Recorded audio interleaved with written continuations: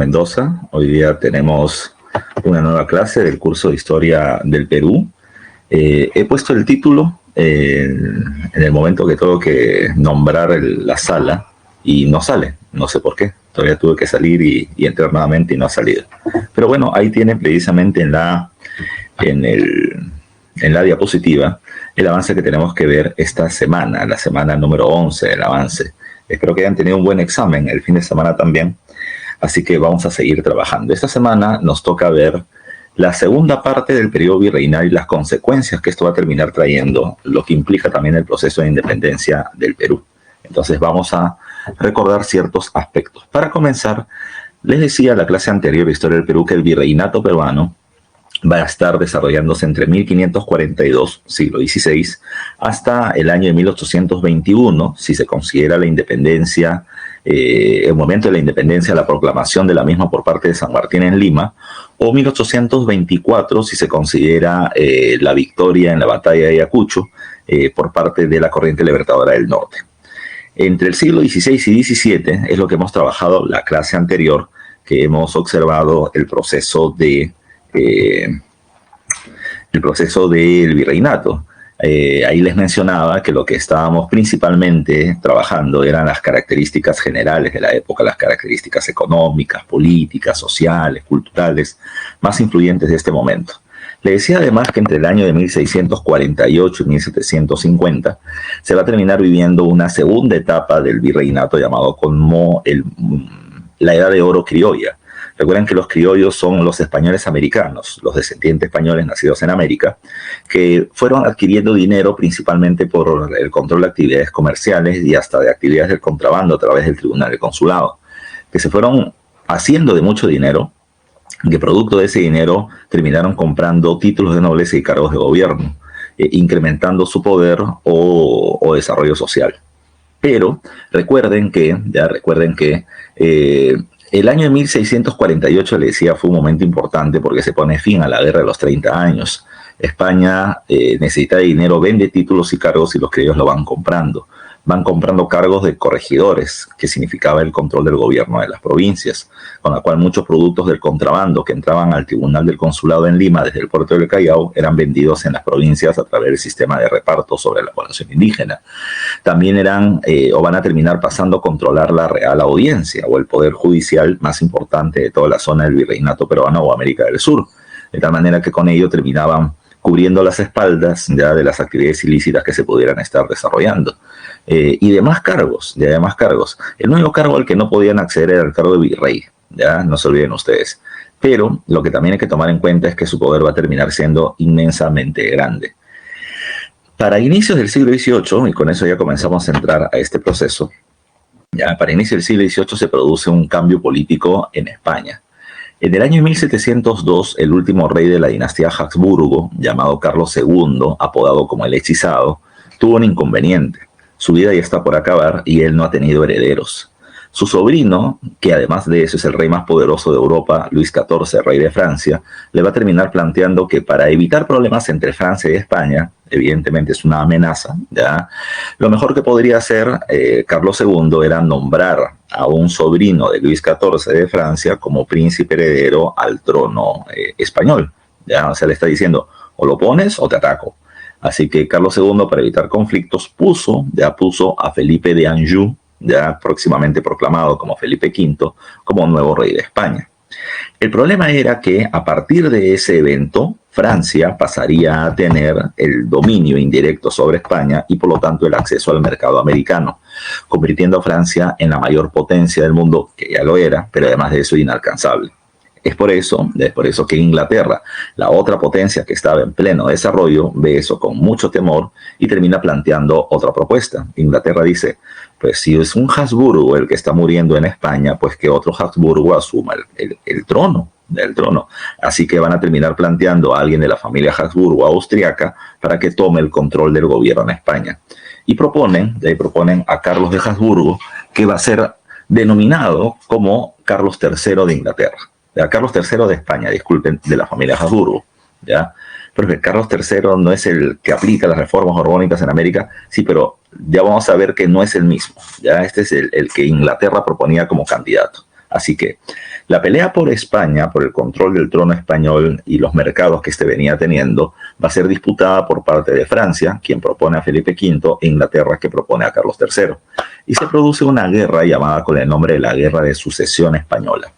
Esa guerra dura 12 años. La guerra culmina después de muchos enfrentamientos, cuando el que Inglaterra promovía como Carlos III de España renuncia ya a la posibilidad de llegar al trono español y termina haciéndose emperador del Sacro Imperio Romano Germánico. ¿Ya? Ante eso se firma un tratado de paz entre las tres partes. ¿Ya? Ese tratado se llama la Paz de Utrecht. La Paz de Utrecht de 1714 establece que Francia ya designará al rey de España. 1. 2. Que España, a pesar de tener un rey francés, seguirá siendo un reino autónomo, es decir, no va a ser una provincia manejada por Francia. Y tercero, que Inglaterra tendrá una serie de beneficios territoriales, por ejemplo, se quedará con las islas de Mallorca, Menorca y la zona de Gibraltar, que es el paso entre el Atlántico y el Mediterráneo, o tendrá territorios como Honduras y Jamaica en la zona de América, ya por poner algún ejemplo. Y además, y recuerden ese dato, además, Inglaterra tendrá acceso comercial a América, aunque de manera limitada. Va a terminar ganando dos cosas. Derecho de asiento, que era el hecho por el cual Inglaterra podía vender esclavos en el territorio americano, y el navío de permiso, por el cual Inglaterra podía introducir una vez al año en el puerto de Portobelo, en Panamá, una cantidad de productos de hasta 500 toneladas. ¿Ya? ¿Por qué ese dato es importante? Porque recuerden que una de las características básicas del virreinato es que se estableció el llamado monopolio, o sea, solo España podía vender productos en América, pero durante un breve lapso de tiempo Inglaterra también podría hacerlo, ¿ya? No te olvides tú. El segundo dato a tomar en consideración es que este navío de permiso no duró tanto tiempo como ellos hubiesen esperado. ¿Por qué? ¿Por qué? Porque de las 500 toneladas que Inglaterra podía introducir, también metía productos extras de contrabando. Así que España le va a terminar poniendo un freno y le va a decir, los productos que tú quieras enviar de Inglaterra a Portobelo primero pasan por España. Yo los reviso y luego te permito el ingreso. ¿Ya? Eso se llamó navío de registro. Y eso después desapareció. España ya no quiso que Inglaterra tenga comercio con ellos y bloqueó la actividad. Pero momentáneamente España perdió el monopolio comercial, no se olviden de ese dato. Ahora, a partir de eso van a haber una serie de eventos importantes. Por ejemplo, y recuerden esto porque es importante para explicaciones posteriores, España le va a terminar diciendo o va a negociar con Inglaterra y le va a pedir que le devuelvas los territorios ya que se le habían entregado. E Inglaterra acepta entregarles casi todos, ya menos Jamaica y menos Gibraltar, que vuelvo a repetir, era una zona geográficamente estratégica, ya porque terminaba siendo el paso entre el Océano Atlántico y el Mediterráneo para el comercio. Y eso va a terminar generando tensiones entre estos países y casi conflictos. No te olvides del dato. Sigamos hablando. Vamos a regresar a España. ¿Qué pasaba? En España ahora los nuevos reyes terminan siendo de la familia Borbón. Felipe V es el nuevo rey y el primer rey Borbón del gobierno español. Recuerden que él viene con la tradición del gobierno francés, y el gobierno francés era un gobierno absolutista que le había dado tanto éxito y había convertido a Francia en el reino más poderoso del siglo XVII. ¿Qué implicaba el absolutismo? Lo hemos visto hace algunas clases atrás. El centralismo, el poder se concentra en manos del rey, ¿ya? Los nobles provinciales se someten a la autoridad real, ¿ya? Y el gobierno va a terminar estableciendo una burocracia profesional para la administración de las provincias y el cobro de los impuestos. Por ejemplo, a través del sistema de las intendencias. ¿Ya? No se olviden, la idea era establecer un Estado moderno, pequeño, eficiente, una mejor administración del territorio y una mejor recaudación tributaria. No se olviden de esos datos que son fundamentales. Cuando llegan la dinastía Borbón a gobernar, encuentran una monarquía autoritaria, es decir, un espacio donde el rey tiene poder, pero los nobles y los comerciantes y las ciudades vienen teniendo mucha autonomía. Y eso no le gustó a los franceses, así que van a terminar estableciendo las denominadas reformas borbónicas, ¿ya? Los borbones establecen cambios en el gobierno en España y eso se le llama reformas borbónicas. ¿Qué dice acá? ¿Qué son las reformas? Dice, es un conjunto de medidas impulsadas por la dinastía Borbón en España, con el objetivo de reestructurar el imperio, es decir, reestructurar el sistema de gobierno en España y en los territorios que están bajo su mando, e impulsar su recuperación porque era una potencia que había entrado en crisis tras la Guerra de los 30 años. Objetivos. En España, dice, modernizar el Estado implantando un sistema administrativo más eficiente y centralizado. Absolutismo, ¿ya? Más poder en manos del rey, burocracia para el control de las provincias, sistema de intendencias para controlar el comercio y hacer una mejor recaudación tributaria. No se olviden qué es lo que se hizo en España primero. Cuando esto se comenzó a hacer, si bien hubo un rechazo interno al poder que el rey iba teniendo, no importa, las reformas se hicieron y España comenzó a irle mejor, económicamente hablando. Las arcas del rey comenzaron a crecer, la caja real aumentó. Mientras tanto, en España se preguntaban, comenzando a revisar las cuentas, ¿por qué América, ya en el paso del tiempo, ha ido pagando menos impuestos? Repito, el gobierno español, preocupado por lo que están haciendo en España, solamente consultó. Le pregunta al Consejo de Indias, que es la que manejaba América. El Consejo de Indias, ¿qué pasa en América que no están pagando igual?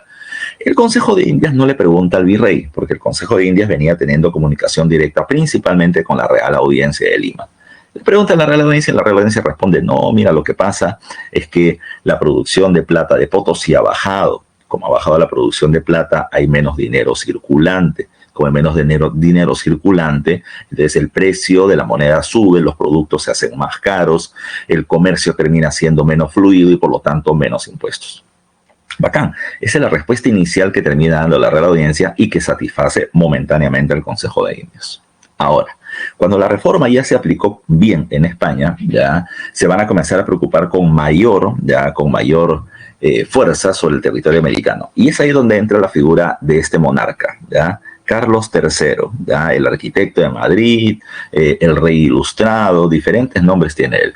¿Cuál es la importancia para nosotros de Carlos III, que es el real aplicador de las reformas borbónicas hacia América? Él y su ministro Juan del Campillo, ya su ministro de Economía, van a terminar pensando qué hacer con América. Campillo pensaba esto: América debe ser un productor de materias primas, es decir, alimentos para que consuman los americanos, y un productor de minerales, ya, para que terminen siendo llevados hacia España, ya, dato 1. Pero además de eso, América debe ser un consumidor de mercancías españolas, lo que implicaría, por lo tanto, de que muchos productos que en América se producen y se venden no deberían seguir existiendo, porque solo se deberían comprar productos made in España. No se olviden esos conceptos básicos, ¿eh? Ahora, Carlos III no está muy de acuerdo con las respuestas que termina dando América y manda un par de espías, literalmente. Uno se llama Jorge es su nombre, Juan su apellido, y el otro se llama Antonio de Ulloa. Ellos venían con el permiso de la corona española para hacer investigaciones de geografía, oceanografía, mineralogía, etc. Pero en realidad terminaban viniendo a observar directamente en el territorio qué es lo que pasaba. Producto de su investigación o producto de las cosas que ven, van a terminar escribiendo un texto que luego, más adelante, va a ser llamado con el nombre de las Noticias Secretas de América. En este texto, ellos le terminaban informando al gobierno español que en América había una serie de problemas. El primer problema es que los cargos de gobierno principalmente es manejado por parte de población americana, no indios sino criollos, ya, que había una tremenda red de corrupción, que se evidenciaba, por ejemplo, en el abuso de los corregidores y en la venta de productos que no están pagando impuestos hacia los indígenas, ya.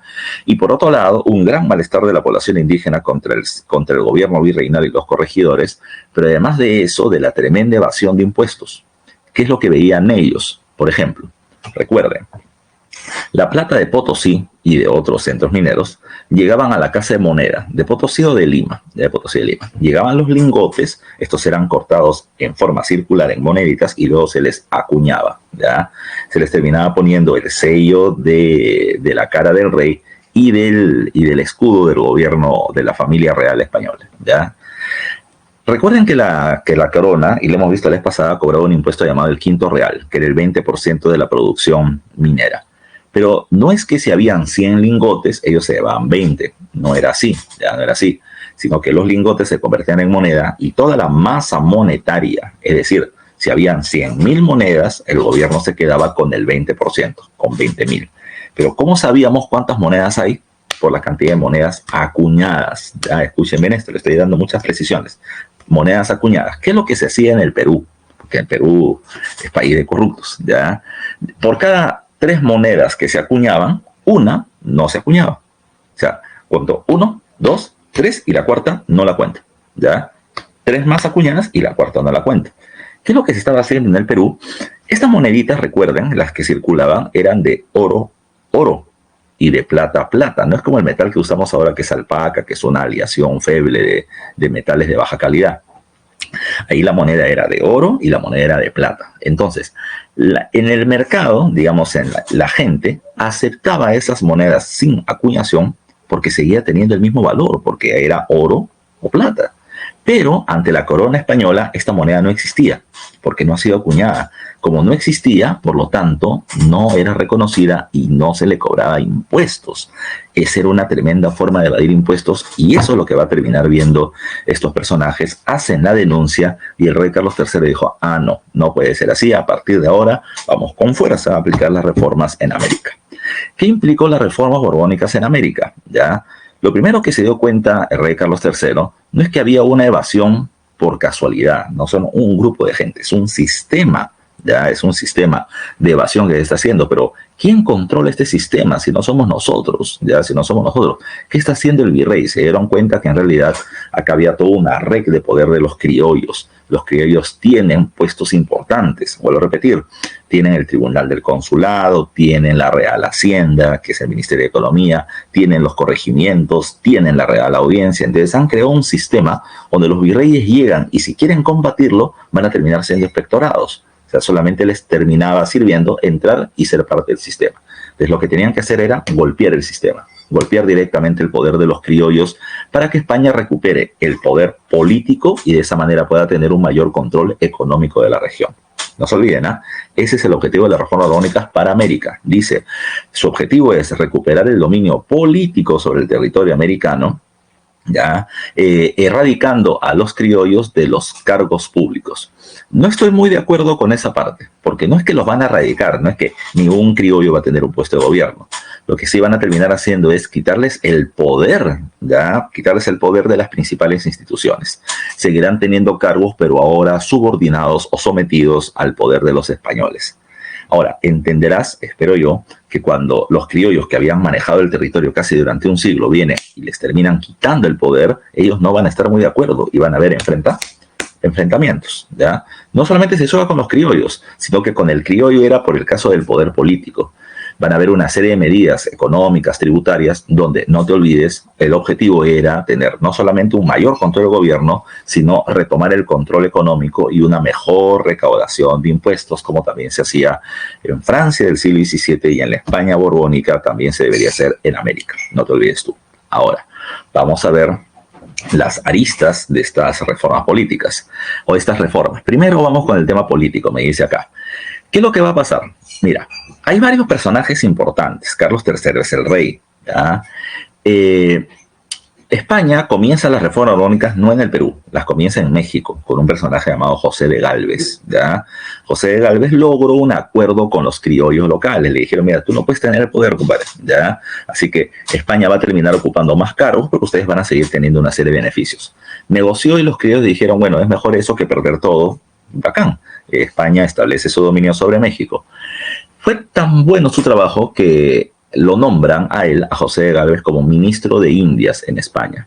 Y Gálvez propone enviar un personaje llamado José de Areche para la aplicación de las reformas borbónicas en el Perú. Este personaje llega en 1777-78, llega al territorio, ¿ya? Cuando él viene por acá, ¿qué observa? Que lo espanta la Real Audiencia, el Poder Judicial. De acuerdo a las leyes, una persona no podía ser juez en el lugar donde reside, ¿ya? En el lugar donde ha nacido y crecido, ¿ya? ¿Qué había pasado? La Real Audiencia de Lima venía teniendo 11 criollos limeños, ya limeños como jueces, y el número 2 era un español casado con una mujer de la nobleza criolla trujillana, ya, o sea que los criollos manejaban todo. Entonces, ¿qué cosa es lo que él va a hacer? Viene con la pierna muy en alto y de los 12 jueces de la Real Audiencia, de los cuales 11 eran criollos limeños, vota a 7 y los reemplaza con 14 españoles, ¿ya? Con 14 españoles. De tal manera que ahora la Real Audiencia pasa a ser manejada nuevamente por parte de españoles.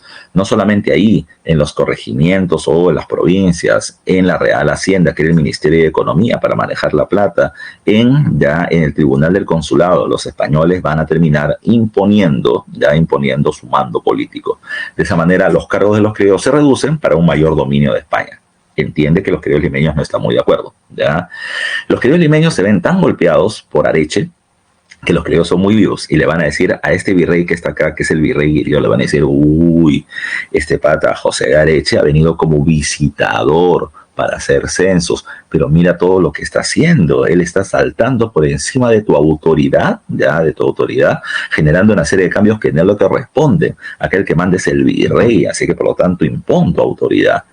El virrey se pelea varias veces con Areche hasta que, molesto, el virrey Guirior le manda una carta al Consejo de Indias y le plantea, digan usted quién es el que manda acá. ¿Mando yo que soy el virrey, la máxima autoridad, o manda el visitador?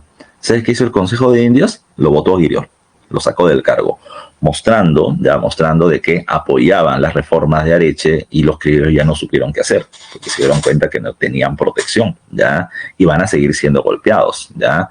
No solamente les van a terminar quitando cargos en puestos muy sensibles, sino que van a haber otras medidas importantes. Acá hay un par de datos, que es el establecimiento de las intendencias y la audiencia del Cusco. Más adelante te lo explico con detalle porque va a estar relacionado a la rebelión de Tupac Amaru, ¿ya? Ahí te voy a explicar ese dato. Entonces, para seguir viendo el debilitamiento del poder criollo, está este punto de acá, estos mapas. La reorganización del territorio de América del Sur. A ver, recuerden que el virreinato peruano entre los siglos XVI y XVII iban desde Panamá hasta Chile, con dos excepciones, no se olvide. Las costas de Brasil, ya que le pertenecían a Portugal, y Venezuela, que le pertenecía a Nueva España o México. Todo lo demás era virreinato peruano. Pero ahora, con el objetivo de que el criollo peruano no solamente pierda cargos en la zona del Perú actual, sino que también se dieron cuenta que los criollos limeños venían teniendo cargos de corregidores y oidores en las audiencias de la zona de Panamá, Colombia, Ecuador, Argentina, Bolivia, Chile. Entonces, ¿qué cosa es lo que se hizo? Se optó por terminar creando nuevos centros administrativos, nuevos virreinatos. Ese es el primer cambio, ¿ya? Y el virreinato peruano fue perdiendo tamaño, ¿ya? Y los criollos limeños fueron perdiendo influencia. Primero se va a crear en 1721 el virreinato de Nueva Granada, que va entre Ecuador, Colombia y Panamá actual, ¿ya? Ese territorio de morado que está acá en el mapa, ya no se olviden ustedes. ¿Qué pasó? Lo que vamos a terminar encontrando es que en ese territorio los mayores cargos de gobierno lo van a tener españoles y se le va a dar cargos también a los criollos locales. Estos criollos locales no van a ver bien a los criollos limeños porque los van a ver como una competencia y los van a chotear. De tal manera que el criollo limeño pierde su influencia. 1776, casi 50 años después, se crea el virreinato que está con el número 3, que es el virreinato del Río de la Plata. El Río de la Plata era conformado por Argentina, Bolivia, y además de eso por el territorio de Paraguay. ¿Ya? Se va a terminar creando así. Insisto, menos influencia para el criollo limeño. Pero además, cuando se crea el virreinato del Río de la Plata, perdemos un territorio muy importante. Y ese territorio importante es el Alto Perú, donde están las minas de Potosí. Terminamos perdiendo, ya, porque esto pasa ahora el virreinato del Río de la Plata. Se rompe el intercambio comercial entre los virreinatos, de tal manera que la famosa ruta Cusco-Potosí, donde se llevaba ropa, hoja de coca, aguardiente, pero también donde se sacaba dinero como la plata de Potosí, pues ya no podía circular y se afectó muchísimo el comercio y se afectó muchísimo al Perú, porque ahora la plata fluía hacia Argentina, más ya no hacia el territorio peruano actual. Así que eso fue un duro golpe. Por otro lado, se van a crear en el número 4 y 5 las capitanías generales. ¿Qué es eso, profesor? A ver, capitanía general debe sonar a capitán, general, características militares, ¿ya? ¿Qué pasó? En Europa se está produciendo una guerra que es considerada para muchos autores como la Primera Guerra Mundial, ¿ya? Se le llama la Guerra de los 7 Años, en la que particularmente van a pelear Francia e Inglaterra. Se le llama guerra mundial porque va a tener influencia sobre América, sobre África, sobre Asia. La guerra es tremenda. Ya cuando, la vez pasada te lo mencioné cuando hablamos de la independencia de los Estados Unidos. Francia, por debilitar el crecimiento inglés, no se olviden, va a terminar intentando arrebatarle India y Canadá, ya, pero va a haber muchos enfrentamientos. ¿Qué pasó? ¿Qué pasó? En este conflicto, España, amiga de Francia, le va a decir a Inglaterra, ya, devuelve Gibraltar, ya, el territorio, repito, que les hablé hace un rato, del comercio entre el Mediterráneo y el Atlántico. E Inglaterra le dijo, no, y no me sigas insistiendo, porque si no voy a terminar atacando tus dominios americanos. Ante esa amenaza, pues lo que hace España es defender militarmente varios territorios. Por eso, si es que los ingleses atacaran América del Sur en el Atlántico, número 5, Venezuela sería el primer punto de defensa. Si los ingleses atacan América del Sur en el Pacífico, Chile, el número 4, sería el primer centro de defensa. No solamente se crearon centros de defensa acá, sino también en México, en la zona de Centroamérica y hasta en el Perú. En el Perú, por ejemplo, en el puerto del Callao se va a construir la fortaleza del Real Felipe para protegerse de un posible ataque al puerto principal. Entre otras medidas más, ya se crea eso en este contexto de la Guerra de los 7 años. Pero insisto, son menos territorios para la zona del virreinato peruano, que va a haber disminuido su poder, su territorio y su influencia. ¿Ya? Administrativamente, ya se van a terminar creando las intendencias. Repito, ¿qué pasó? Te voy adelantando. Los corregidores abusivos terminaban cobrando más por repartos, ya te explicaré después, y esto va a terminar generando múltiples rebeliones indígenas. La más brava de todas, la de Tupac Amaru II, José Gabriel Condorcanqui. Como consecuencia de ello, y para evitar que haya más rebeliones, la corona decide aplicar de una vez el sistema de intendencias, de control administrativo sobre las provincias. Elimina los casi 50 corregimientos y los reduce a 8 intendencias u 8 macroregiones, que están ahí, ya están acá en esta parte del mapa, cada una de ellas con numeritos, y acá en la parte inferior viendo cuáles son cada una de las intendencias que se fundaron. Al principio fueron 7 y se le agregó una que es Puno, ya, por si acaso. Ahora, vamos a ver otra más. La reforma económica. Esta es la carne, en realidad, de las reformas borbónicas, porque no te olvides, el objetivo era modernizar el Estado, hacerlo más eficiente y una mejor recaudación de impuestos. Yo siempre menciono esto. No es que España va a terminar cobrando muchos nuevos impuestos en esta época. No. Lo que va a terminar siendo España es muy claro, ya es muy claro. España va a terminar planteando, ya a partir de ahora, todo aquel que tenga negocios va a pagar impuestos. Recuerda ese concepto, ¿eh? Todo aquel que tenga negocios va a pagar impuestos. Ganas plata, pagas impuesto, ya pagas impuesto.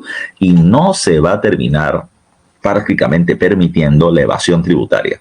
Antes el gobierno tributariamente era una coladera, todo el mundo evadía, ahora ya no. Y esto va a terminar generando molestias en la población. Pero ¿por qué se va a molestar la gente si ahora el gobierno es más eficiente? Por eso mismo, pues, cuando no era eficiente, yo podía evadir impuestos y tener más plata en el bolsillo.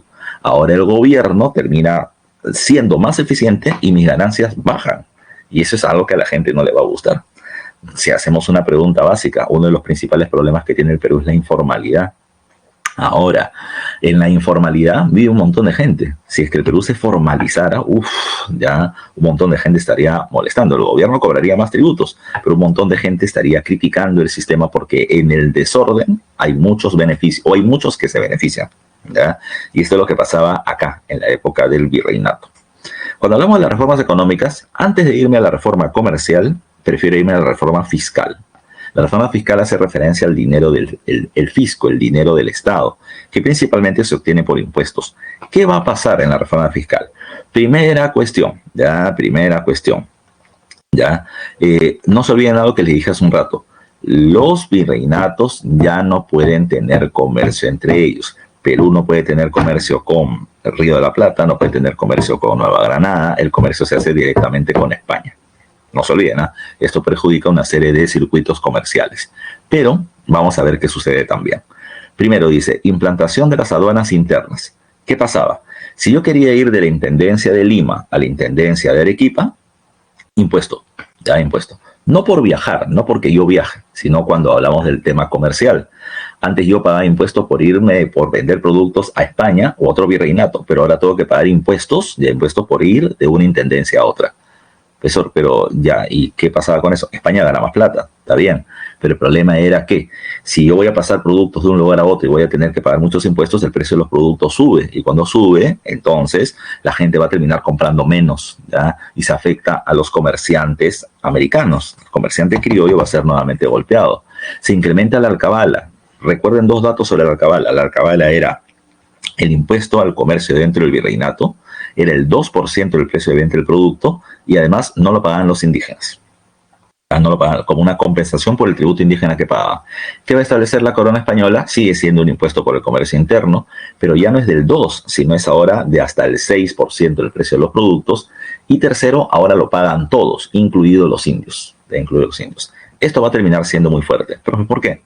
A ver, mira, si yo compro una chompa por 100 soles, antes pagaba 2 soles de impuestos, ahora pago 6. Porque no es mucha la diferencia. No, si tú eres un comprador que compra producto unitario. Pero si tú eres un comerciante que vende productos por $1.000.000, antes pagabas 20.000 y ahora pagas $60.000. Se están afectando mucho el bolsillo. Segundo, los indígenas, por ejemplo, como Tupac Amaru II, era un arriero. Él llevaba productos de Cusco a Potosí, ¿ya? Y como era indígena, no le pagaban impuestos, no le cobraban impuestos. Así que sus ganancias eran netas, ya eran líquidas. Pero ahora viene el gobierno y ¡fa! 6% de arranque. Eso no le gusta a los comerciantes en general y menos a los comerciantes indígenas, ya que antes tenían este beneficio y se lo arrebatan. Siguiente. El corregidor, el jefe de las provincias, recuerden, ¿qué hacía él? Obligaba a la gente a comprar productos que eran poco útiles a través del sistema de repartos. La corona española se dio cuenta de esto, ¿ya? Se dio cuenta que el corregidor vendía productos. Si vendes, ganas. Si ganas, paga impuestos, ¿ya? Entonces, lo que hace la corona española es, como dice ahí, legalizarlo. La venta de productos obligatoriamente al indio, está bien, hazlo, pero pagan impuestos. Al principio el corregidor está molesto, pero se dio cuenta que si era legal la obligación del indígena a comprar un producto, pues si antes le vendía un producto, pues ahora le vendo 5. Y ahora le vendo 5. Y esto va a terminar afectando duramente el bolsillo de los indígenas. Para que veas otra cosa más, el indígena va a estar muy golpeado. Antes, y te lo dije en la clase anterior, estaba el llamado indio de cédula o indio del común. Yo nací en Lima, estoy obligado a pagar mis impuestos en Lima. En Lima. Pero ahora, ¿qué pasaba? Por eso es que la gente nacía en Lima y se iba a Cusco. Nacía en Cusco y se iba a Piura. Se le llaman forasteros y el forastero no pagaba tributo indígena. Otra forma de evadir el tributo, también te lo dije la vez pasada, papá indígena, mamá indígena, hijo indígena. El indígena paga tributo indígena, ¿ya? Pero una forma de evadirlo era lograr que el cacique, que es el que registra el nacimiento de mi hijo, le ponga que no es indio, le ponga que es mestizo. Como un mestizo no paga tributo indígena. ¿Qué planteó la corona española a partir de ahora? Como se dio cuenta que el 80% de los indios evadían impuestos, la corona española estableció: todo indio y todo mestizo pagan tributo indígena donde viven. Si naciste en Lima y te fuiste a Cusco para evadir, no me interesa. Ahora en Cusco vas a terminar pagando. Entonces, recuerden, ¿no?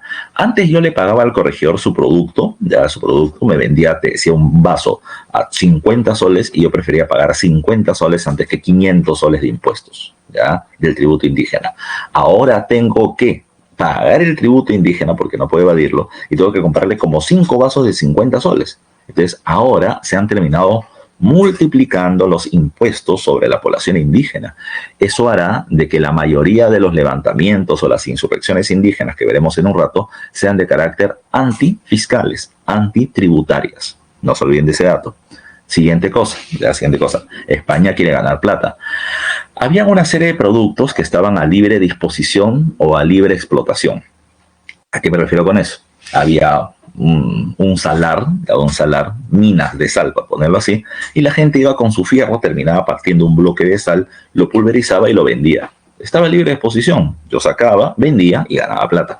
Pero ahora, ¿qué cosa va a decir el gobierno español? No. La mayoría de los recursos naturales, no todos, pero muchos recursos naturales, van a terminar siendo ahora estancos del gobierno. ¿Qué es un estanco? Es cuando el Estado se hace dueño monopólico de un recurso y luego lo entrega en concesión para que otro lo comercialice. En castellano. ¿Qué va a decir el gobierno? Todas las minas de sal del virreinato peruano, mías, del Estado. ¿Alguien quiere terminar sacando sal de las minas de Maras en Cusco y quiere vender la sal? Perfecto. Yo te entrego, ¿ya?, por 5 años la concesión de las minas, pero ¿cuánto me pagas tú? A ver, ¿quién es el mejor postor? Esa es la concesión. Te doy un tiempo de explotación de recursos a cambio de un dinero. Y la corona comenzó a ganar plata. Toma en cuenta, la gente del común, la gente del común que sacaba un poco de sal y lo vendía y ganaba algo de plata para sobrevivir, ya no puede hacer ese negocio. Y por eso es que mucha población indígena se termina viendo afectado. Claro que el comerciante con plata va a terminar viendo esto como un negocio, pero, repito, hay otros que se van a terminar viendo muy afectados. Si la corona cobra más impuestos, la corona solamente veía la masa monetaria que ganaba, pero esto generaba problemas, porque este concesionario que saca la sal, como tiene que pagar impuestos, el precio de la sal ahora va a subir y afecta directamente el bolsillo de la gente. Que además de eso, los precios subían porque había alcabala que antes no pagaban. Así que la situación se va a hacer muy dura. Ya, muy dura. Repito, hay estanco de la sal, del tabaco para fumar un cigarro, de la pólvora, de los naipes y de un montón, del aguardiente, la hoja de coca, ya, y un montón de recursos, ya, que ahora van a terminar pagando impuestos, van a estar agravados. La corona española promueve la actividad minera. Te dije desde el principio, España quiere que América sea un productor de alimentos para el mercado local y de materias primas como minerales para llevar a España. O sea, la vieja gloria de España del bullonismo, de los minerales que sacaban de América. Así que van a decir, ¿sabes qué? A ver, empresarios mineros produzcan más, ¿ya? Y los empresarios mineros van a decir, no puedo producir más. Uno, porque la Plata de Potosí ha terminado bajando su producción. Y segundo, porque los impuestos que ustedes me están cobrando, ¿ya?, a la minería son muy altos. Mis márgenes de ganancias son bajos. Entonces, ¿para qué me va a terminar arriesgando a hacer una investigación minera si sé que no voy a ganar mucho dinero? La corona española, con el objetivo de promover ya la producción minera, que es lo que va a hacer, termina estableciendo un nuevo impuesto, y ese nuevo impuesto termina modificando el impuesto clásico. El quinto real, que era el 20% de la producción minera, ahora se termina convirtiendo en el 10%. Sigue llamándose quinto real, pero solamente se paga 10%. ¿Qué es lo que generó esto? Bueno, se impulsa la producción de Potosí y crece un poco, pero hay dos cosas. Uno, ya no era nuestra. Y segundo, no vuelve a los niveles del siglo XVI o XVII. Y en el caso del virreinato peruano, ahora reducido, aparecen varias minas. La de Cacota, Hualgayoc, Huarochirí, Cayoma, ya en Arequipa. Pero el más importante de todos es Cerro de Pasco, que se convierte en el principal centro minero ante la ausencia de Potosí. Vamos con otras más. Acá está precisamente ese dato que te estaba diciendo hace un ratito. Pero por otro lado está el tema de la reforma comercial. No se olviden, ya, y te lo mencioné la vez pasada, que había un monopolio en el comercio. Solo España le vendía productos a América, ¿ya? Pero además de eso había un exclusivismo. Solamente habían 3 puertos para el comercio entre España y América. Sevilla en España, Veracruz en México y Callao en el Perú, ¿ya? Eran los puertos mayores. Si un producto quería ir a Argentina, pasaba de Sevilla a Callao, y de Callao recién terminaba el tribunal del consulado llevándolo a Argentina, ¿ya? No te olvides tú ese dato. Ahora, ¿qué va a pasar? España no pierde el monopolio, ¿ya? España seguirá siendo el único país que le puede vender productos legalmente a América. Pero lo que sí se va a romper es el exclusivismo. La corona española veía algo, y te lo dije la vez pasada. Como ese producto que era Argentina no pasaba de España a Argentina, sino por el Atlántico, Panamá, Callao y luego hasta Argentina, el comercio era muy lento, muy costoso, así que regiones periféricas preferían comprar contrabando de otros reinos o de los mismos españoles.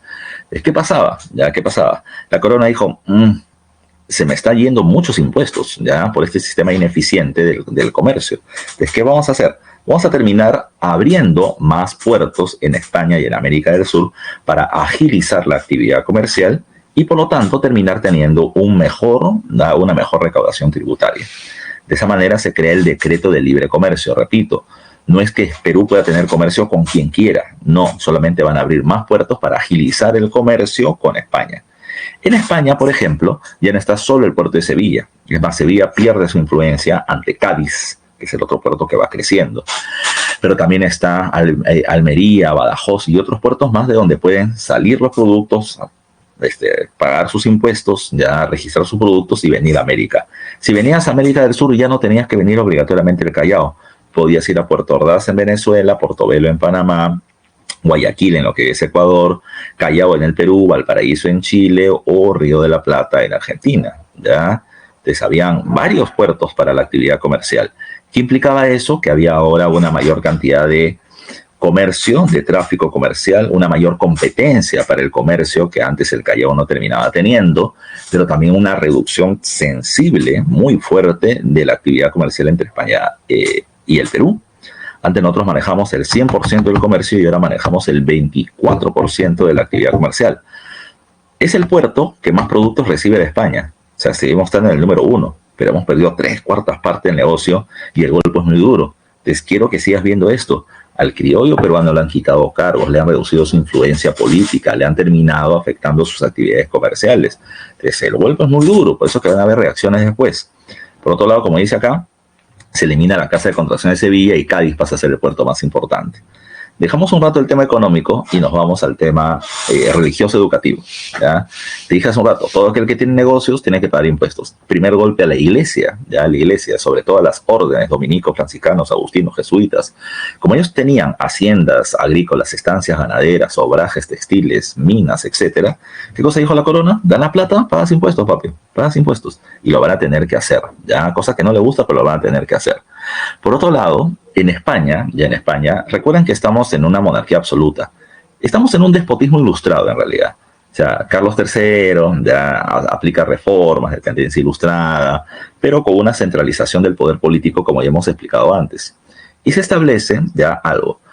Él se da cuenta que los jesuitas, la orden jesuita es muy autónoma, tiene negocios muy bien administrados, tiene mucho dinero. Además de eso, maneja la educación en varios lugares. Se termina criticando de que ellos están influenciando con ideas ilustradas que critican la autoridad del rey. Es más, en la zona de Brasil se critica que los jesuitas hasta armas a la población nativa le da para que se enfrenten a los portugueses contra el abuso que venían teniendo.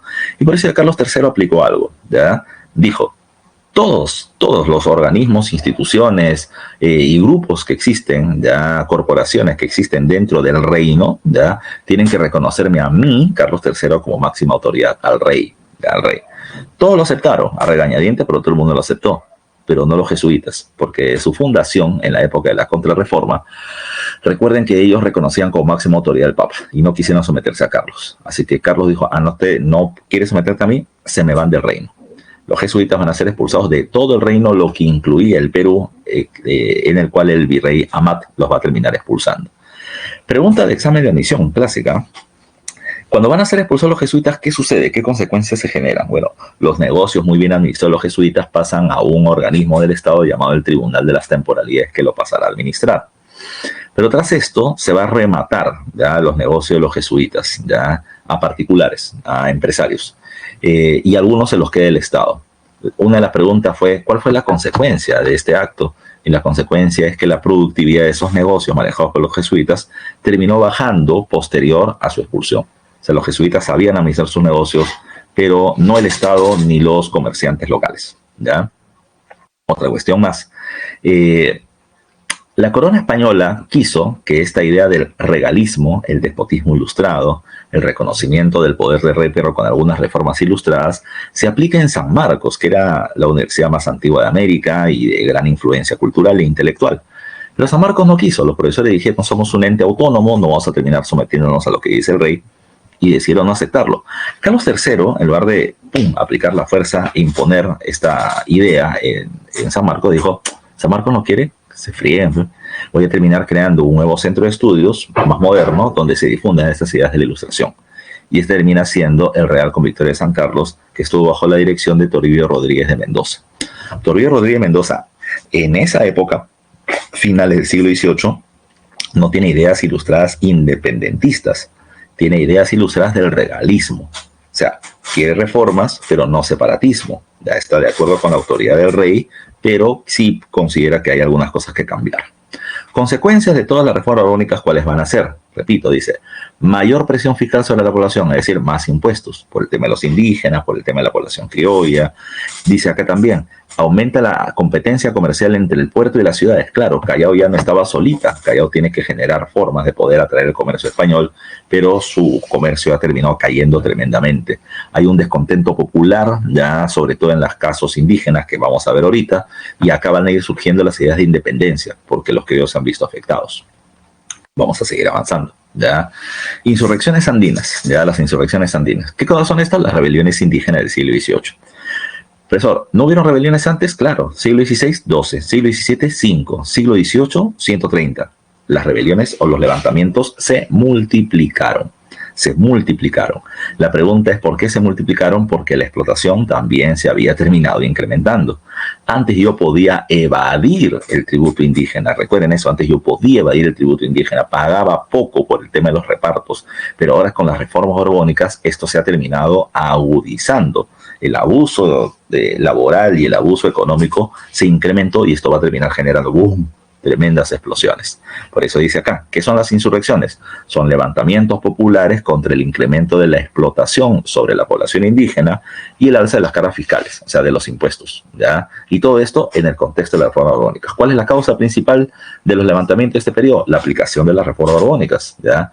Que hace que los indígenas no puedan evadir impuestos, que se van a ver muy afectados económicamente y por eso van a terminar apareciendo múltiples reacciones.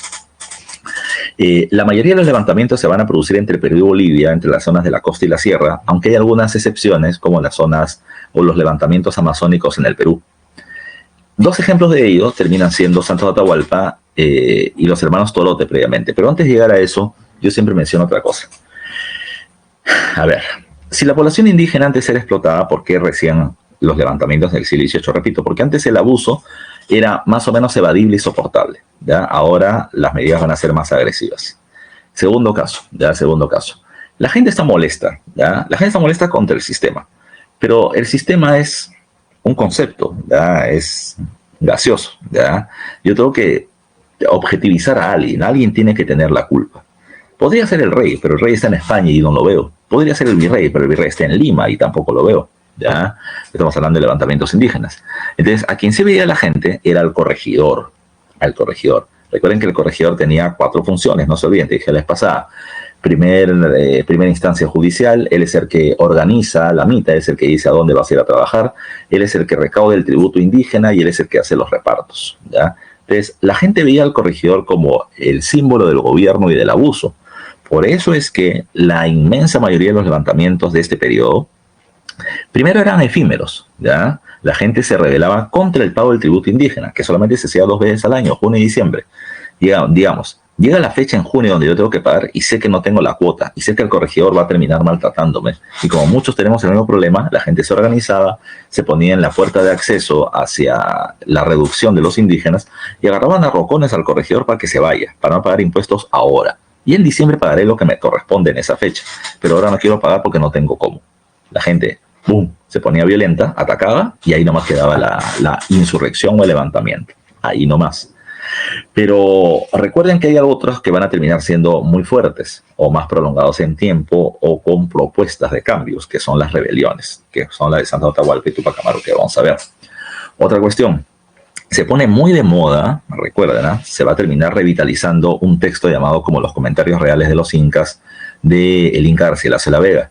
Entonces, yo siempre digo, se hace una apología al Tahuantinsuyo, considerando que el Tahuantinsuyo era un escalón más arriba del paraíso, todo el mundo era feliz acá, todo el mundo era feliz, la gente cantaba y bailaba mientras trabajaba sus tierras y las tierras del Inca, no había mendigos, no faltaba alimentos, y si faltaba alimentos, el Estado abría las colcas o el almacén y se lo regalaba a la población, porque todo el mundo era contento. Entonces los indígenas ahora muy explotados decían, oh, en la época del Tahuantinsuyo todo nos iba bien. Entonces decían, y si en el Tahuantinsuyo todo nos iba bien y en el virreinato todo nos iba mal, ¿por qué no regresamos al Tahuantinsuyo? Bueno, esa era una idea, ese era un objetivo, reestructurar el Tahuantinsuyo. Pero para restablecer el Tahuantinsuyo, ¿qué cosa necesito? Necesito un Inca. Necesito un Inca. Entonces va a comenzar a aparecer esta idea de la reaparición del Inca. Muchos caciques van a terminar proclamándose o autoproclamándose